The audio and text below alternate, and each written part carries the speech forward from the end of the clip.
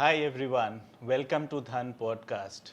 So today we have with us someone who has spent more than 30 years in capital markets.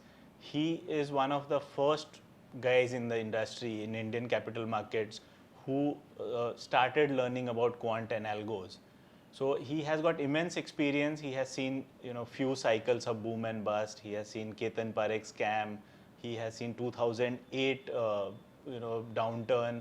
Now he has seen COVID wala scenario. Now he is also witnessing what's happening in the market currently. So let me welcome Mr. Subhadip Nandy, who is founder of Quant Solutions. So he's based out of Kolkata. So, sir, welcome to Dhan Podcast. So, how you are enjoying Mumbai? Thank you. Enjoying Mumbai after a lot of time, and thank you for having me on the podcast. I was based out of Mumbai till 2020, but after the first wave of COVID, I went back to Kolkata, my home city, and now I'm operating from Kolkata only. Okay, that's good. So, how do you find Mumbai? You have come at a right time when monsoons have just started. Yeah, weather is very good and always maximum city, always very lively. So it's always interesting at Mumbai. Yeah. So in this maximum city, we are also in a lot of volatility now in terms of markets. Correct. We are seeing markets moving, giving wild swings every day. So what's your take on markets at current moment? I believe we are on the bear move is already underway. So overall last 2 years, if we saw the markets continuously going up, that was fueled by cheap money worldwide. Whether from the Indian markets where RBI cut interest rates to historic lows or through the US Fed.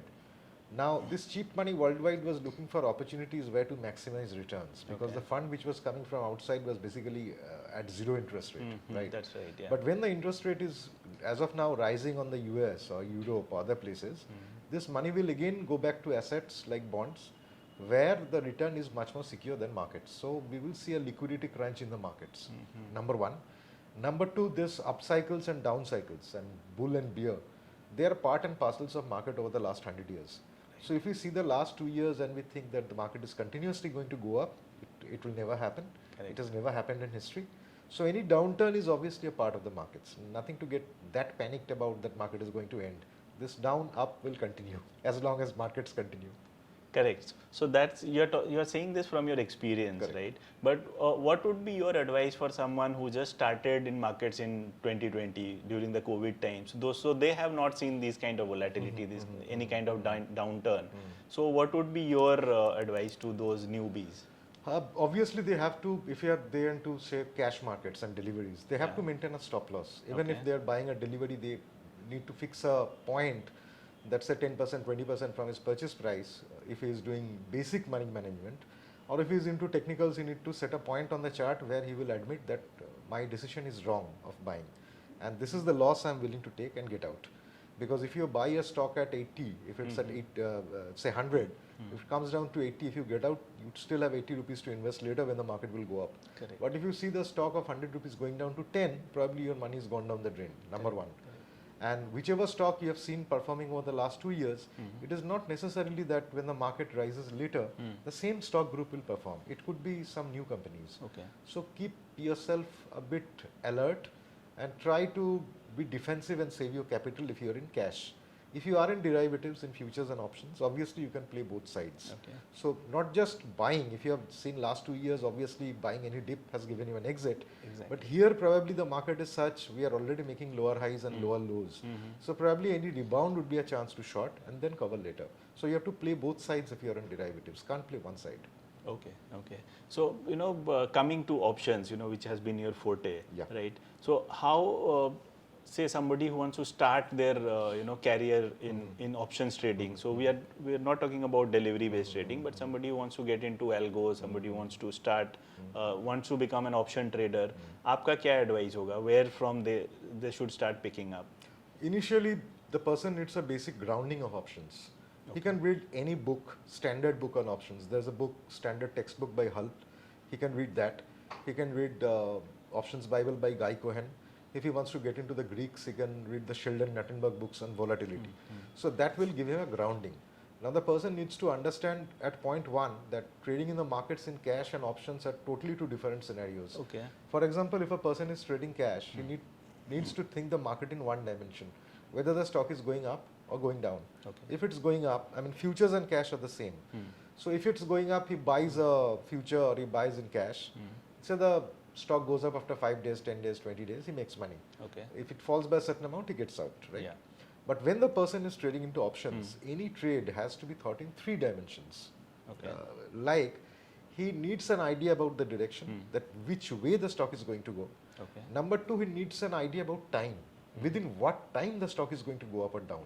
Say I buy a call, I am very correct on the stock goes up after 30 days. By the time the current month option gets expired. So even if the stock goes up, since I have no idea about the time, I lose money. Right. And the third point is volatility. The stock follows what I think will happen, but either it becomes less volatile or it becomes more volatile. So unless a person has an idea about direction, time and volatility, the person should not trade options. In order to get these ideas about what this is going to happen, Greeks does give you an idea. You need an idea about historical volatility and implied volatility, which gives you a kind of idea what the volatility regime you are in. And if you are trying to understand time, you need to understand the expiry cycle, where on the expiry cycle you are trading options. Because if you are very early in the expiry cycle, say first, second, third days of the month, you can play with a naked option. But as you go into the expiry, you have to play with a spread, you have to play with, say, a condor, say, with different.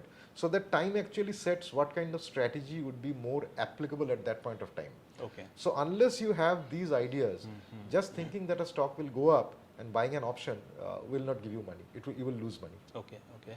So just this brings me to another question, right? See, most of the guys who wants to start their career, उनके पास limited capital होता है, and most of them are scared of putting stop losses. उनको लगता है कि stop loss लगाया, मेरा stop loss trigger हो गया, and the price will move up.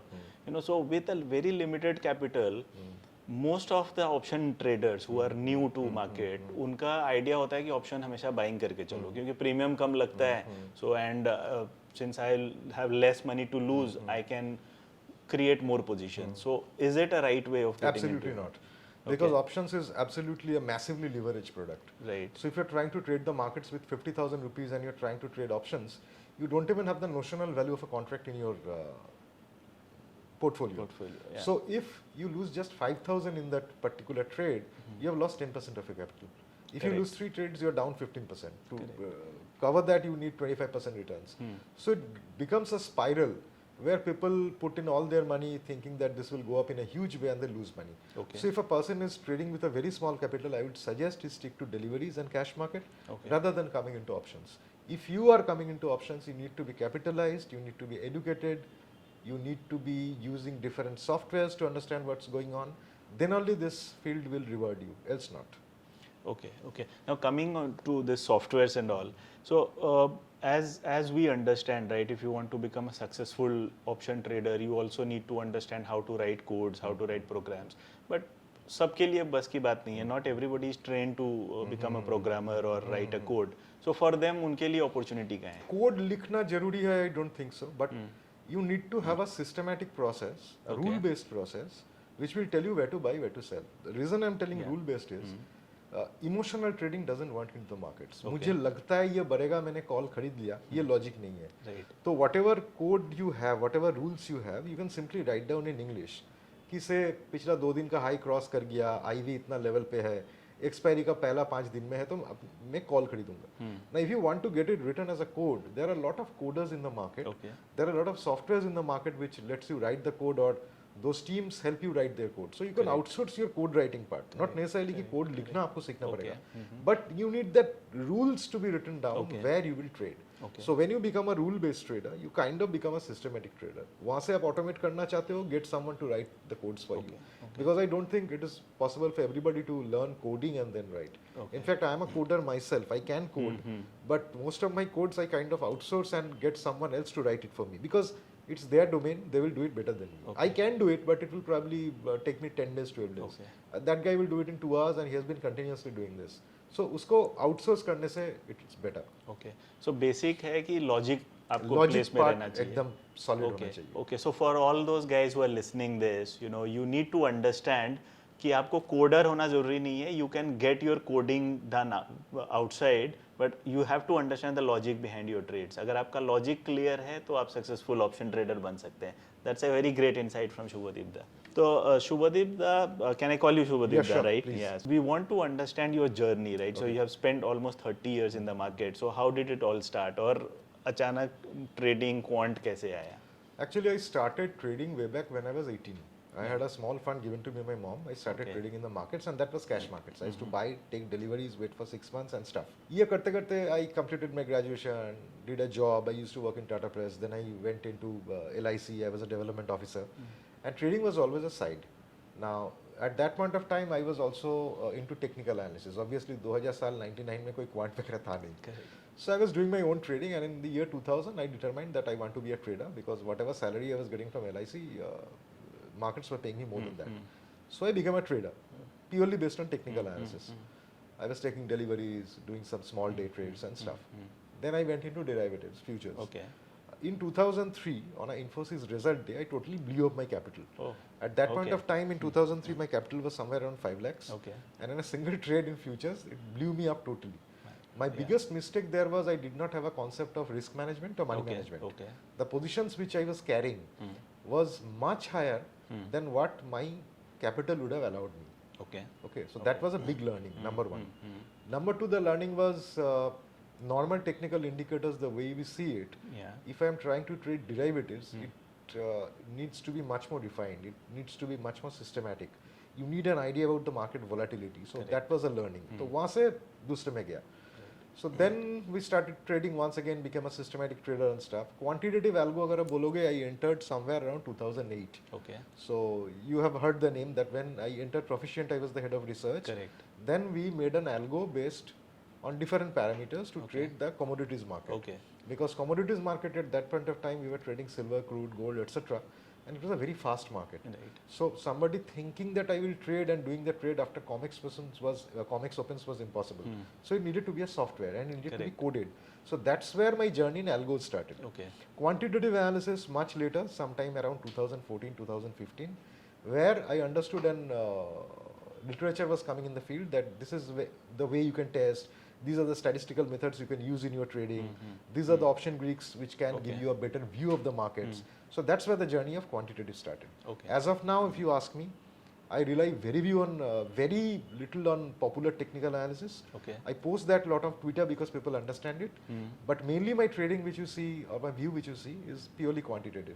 Okay. It's based upon some model which is telling me this will happen. Okay. That's why I cannot take a predictive view on the market that what will happen after 6 months, 3 months, 1 year. I can't, I don't Okay. know. Okay. Because if the model is telling me to short now, I will short. Okay.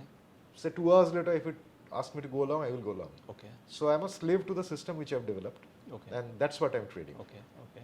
Okay. So this has been the journey so far. Wonderful, wonderful. What an amazing journey it has been. So you have experience of commodities, currency, yes, as well as options Correct, trading. correct, Wonderful. correct. You know. So you know, as you were saying about technical analysis and quant. So a very basic, you know, question which comes to somebody's mind: कि technical analysis और quant में difference क्या है? Technical analysis, it can be objective, it can be subjective.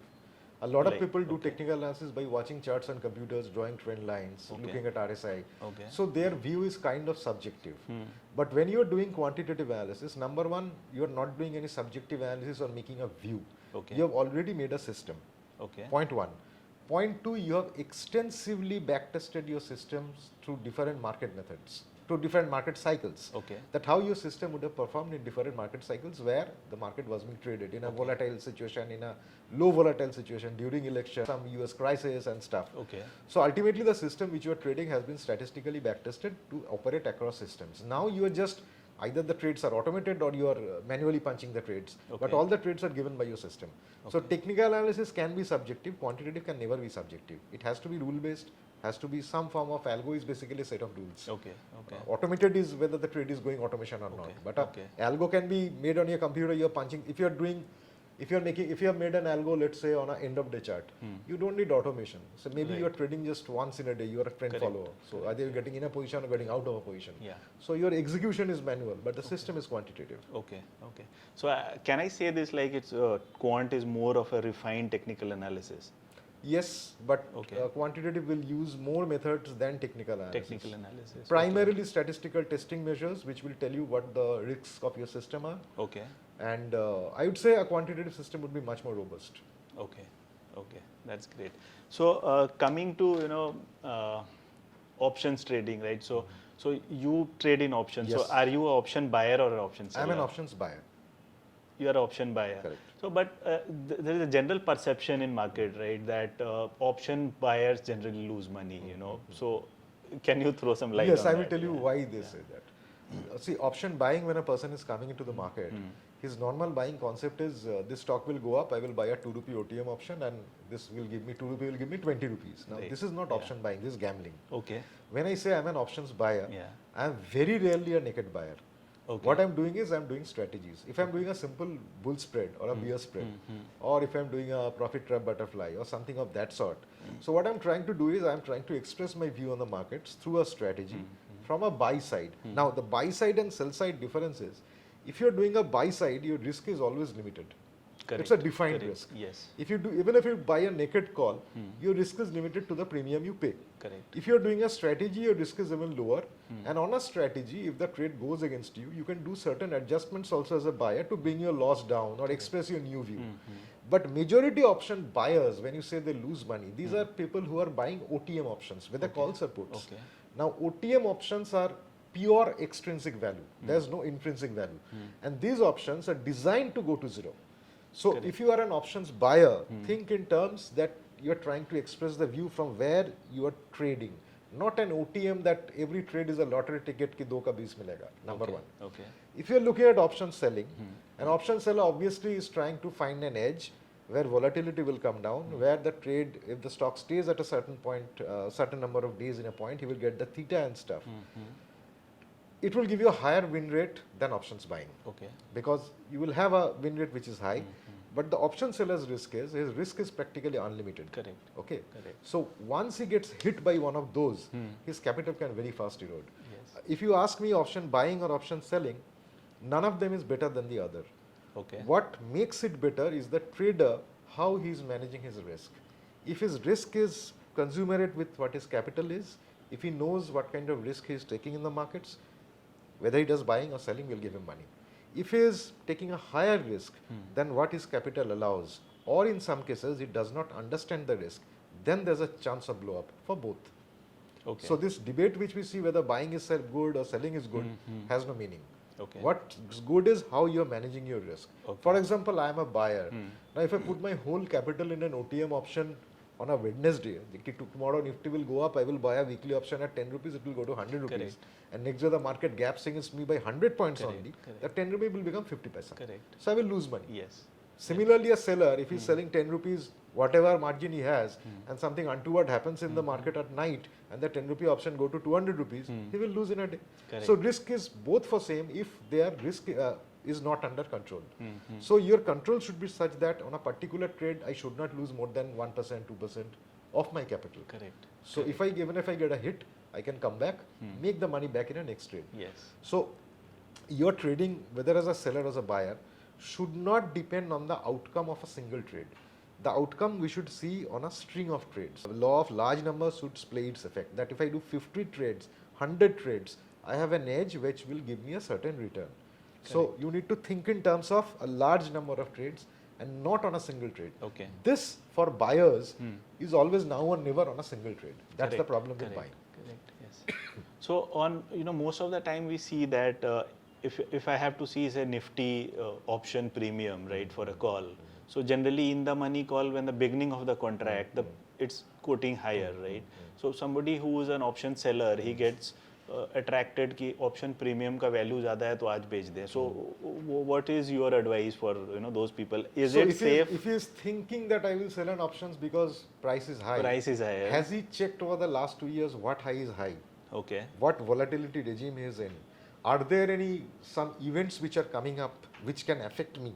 Okay. अगर उसका tested है तो बेचने बोलो. Okay. अगर मुझे लगता है बोल के आप काम करोगे, बाइंग सेलिंग किसी में काम नहीं Okay. होगा. Okay. You will get hit one point of the time or the other. Great. So another great insight here. Just you cannot trade in options either buying or selling just because आपको लगता है, right? You have to backtest your data. So your data, whatever you want, the strategy you want to put in, you have to test it out and then only execute your trade. So this is insight number 2. So now coming to we are having this weekly option contract, monthly option contract. तो strategy जो भी use करना है या मैं कोई strategy build कर रहा हूँ या buy sell या I am creating that spread. So does it work in weekly options and in monthly options in the same way? Yes, not the same way. Weeklies are much more faster. Okay. So if somebody is trying to get into options market, I will ask him to concentrate on monthlies first, number one. And number two, stick to the indices, specifically Nifty. Immense liquidity. Okay. You won't have a ban on the contract where you cannot get out. Great. And if you are on the index, you will not get a 10% move against you one day morning, whether you're buying or selling, like a stock. Okay. For example, if you ask me, probably 100% of my, 99% of my trades now are on indices options, weekly, monthly, both. Okay. So if somebody is trying to get into this is true for any form of trading. Right. Try to specialize in on a single instrument. If someone is trading Nifty continuously or Bank Nifty continuously, from options point of view, his feel of the market of his constituent managing his trade gets much better. Rather than jumping across contracts, there are probably 180 contracts on the derivative side now. So every day if you try to find out trades, you will get 10, 20 stocks which are giving up or down. So that will kind of drive you crazy. So rather focus on something, on a single thing and trade it. End of the day, aim is to take a trade, make some money. It's not necessarily to trade 20 stocks. I have learned it the hard way. Right. So now I am just focused on Nifty and Bank Nifty. Okay. So again, the third interesting insight, you need to have a focus on any one instrument you want to trade in. You need to specialize and spend some time on what you want to trade. According to Subhadip, the Nifty is a better instrument if somebody wants to start or somebody is a beginner and he wants to try his hands in option trading. So Nifty or Bank Nifty?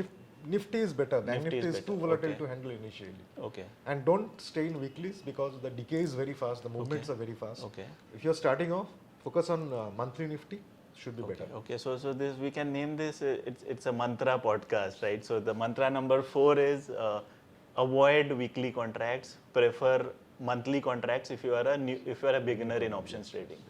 So before we let Subhadip go, we have had a very serious discussions about options and about markets. So the one last question, Subhadip, when markets are closed or when you are on a holiday, how you unwind yourself? Normally after 3:30, what I do is I take my dog out for a walk.